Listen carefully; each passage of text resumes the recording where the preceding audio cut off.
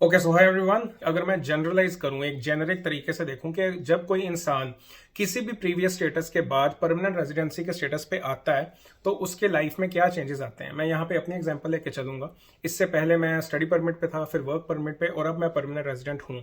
कौन सी ऐसी चीजें थी जो मैं पहले नहीं कर सकता था और अब मैं वो सारी चीजें कर सकता हूँ, उसके बारे में डिस्कस करते हैं। सबसे पहले, क्योंकि मैंने अपनी journey as an international student शुरू की थी, तो एजुकेशन के पॉइंट ऑफ व्यू से भी अगर हम देखें तो एज अ परमानेंट रेजिडेंट मैं अपनी पढ़ाई अगर आगे कंटिन्यू करना चाहता हूं तो मैं किसी भी प्रोविंस में, किसी भी यूनिवर्सिटी में परमानेंट रेजिडेंट स्टेटस के साथ वो पढ़ाई आगे कंटिन्यू कर सकता हूं। और जो ट्यूशन फीस है वो भी इंटरनेशनल स्टूडेंट वाली नहीं, मुझे डोमेस्टिक जो यहाँ के सिटीजन फीस देते हैं वही फीस मैं भी पे करूंगा। And I am pretty sure कि आप में से जो भी स्टूडेंट्स यहाँ आना चाह रहे हैं उनको ये पहले से ही पता होगा कि जब भी आप वेबसाइट पे देखते हो, डोमेस्टिक फीस अलग लिखी होती है, सिटीजन और पीआर होल्डर्स के लिए अलग फीस होती है, और इंटरनेशनल स्टूडेंट्स के लिए 3 टाइम्स 4 टाइम्स ज्यादा तक भी फीस हो सकती है।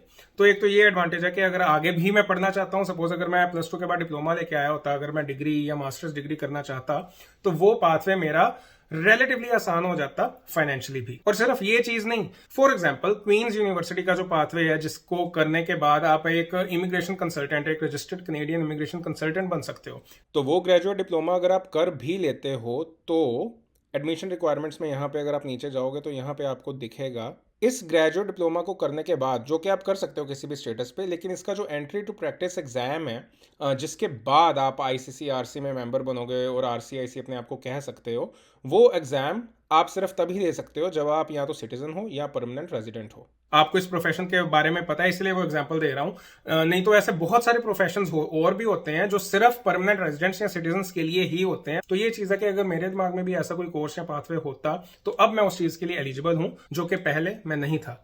और इसी बात को कंटिन्यू करते हुए, जैसा मैंने कहा कि मैं कहीं पे भी जाके कुछ भी पढ़ सकता हूं, तो ये जो कहीं पे भी जाने वाला पॉइंट है कि right to move in any of the province within Canada, कि मैं किसी भी प्रोविंस में जाके किसी भी कंपनी के लिए काम कर सकता हूं, कहीं जाके पढ़ सकता हूं, कहीं भी घर ले सकता हूं, कुछ भी कर सकता हूं किसी भी प्रोविंस में जाके, नो रिस्ट्रिक्शंस। तीसरी चीज है पेरेंट्स का सुपर वीजा या उनकी परमानेंट रेजिडेंसी। तो super visa is a kind of visitor visa, जिसमें एक बार में, विजिटर वीजा में ऐसे होता है कि अगर पेरेंट्स, जैसे मेरे मम्मा भी यहाँ पे हैं, वो विजिटर वीजा पे हैं, तो वो एक बार में 6 महीने से ज्यादा नहीं रह सकते।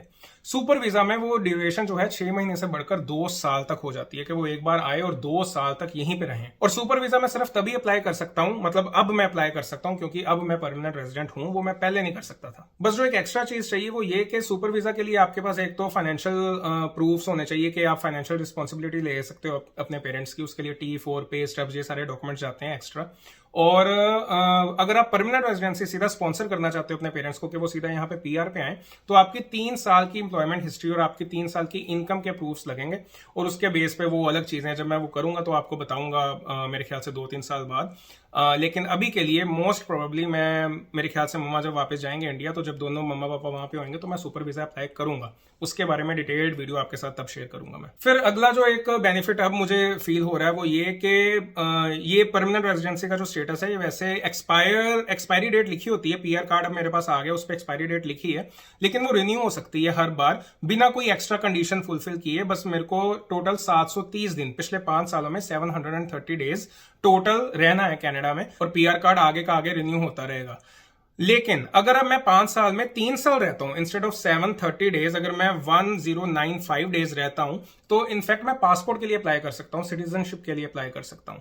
तो ये बात की बातें हैं, बट ये है कि अब कोई एक्स्ट्रा, जैसे स्टडी परमिट और वर्क परमिट में बड़ा कुछ होता है जो कंडीशंस फुलफिल करनी पड़ती हैं आगे के स्टेटस के लिए, पीआर के बाद ऐसा कुछ नहीं है। अगला जो बेनिफिट अब मेरे पास वो पीआर कार्ड आने के बाद है। तो जब आप पीआर होते हो आपके पास 2 कार्ड्स आते हैं, ईसीओ पीआर और एक PR card, electronic confirmation of permanent residence is not a travel document. उसको लेके आप कनाडा से बाहर अंदर नहीं हो सकते, लेकिन PR card is actually travel document. तो अब मुझे बस वही चाहिए और अलग से कोई वीजा अप्लाई नहीं करना, कोई चीजें अप्लाई नहीं करनी, सिर्फ उसके बेस पे मैं आराम से फ्रीली मूव हो सकता हूँ कनाडा के बाहर और अंदर जब मर्जी। और next the most important thing, जैसा मैंने सेविंग्स के बारे में बात की कि जो सेविंग्स अगर करनी है तो वो इन्वेस्टमेंट्स के लिए ही की जाती है कनाडा में।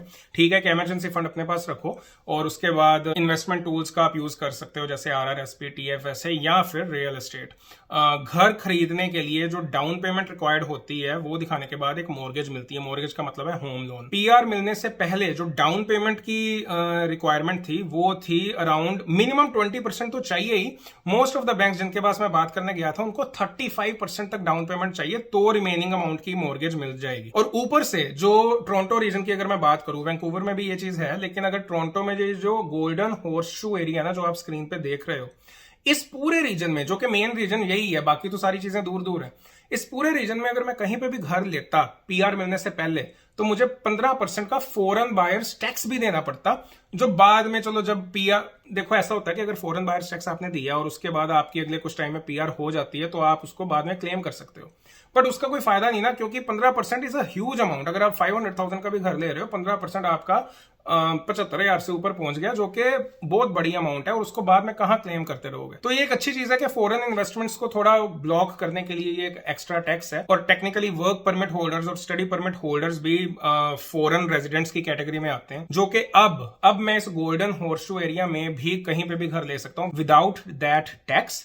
और मैं 5% डाउन पेमेंट के लिए भी एलिजिबल हूं, जो कि मैं पहले नहीं था। मॉर्गेज एक बहुत डिटेल्ड कॉन्सेप्ट है। 5% डाउन पेमेंट और 20% डाउन पेमेंट के अपने प्रोज एंड कॉन्स होते हैं, बड़ी चीजें हैं, वो मैं फिर कभी डिस्कस करूंगा। लेकिन that is the thing, tax और जो डाउन पेमेंट और मॉर्गेज मिलने की जो क्षमता है वो पीआर मिलने के बाद बेटर हो जाती है। और बाकी इन बेनिफिट्स को जैसे जैसे मैं आगे एक्चुअली यूटिलाइज करूंगा लाइफ में, वो भी आपके साथ शेयर करता रहूंगा। So that's it and I hope it helps.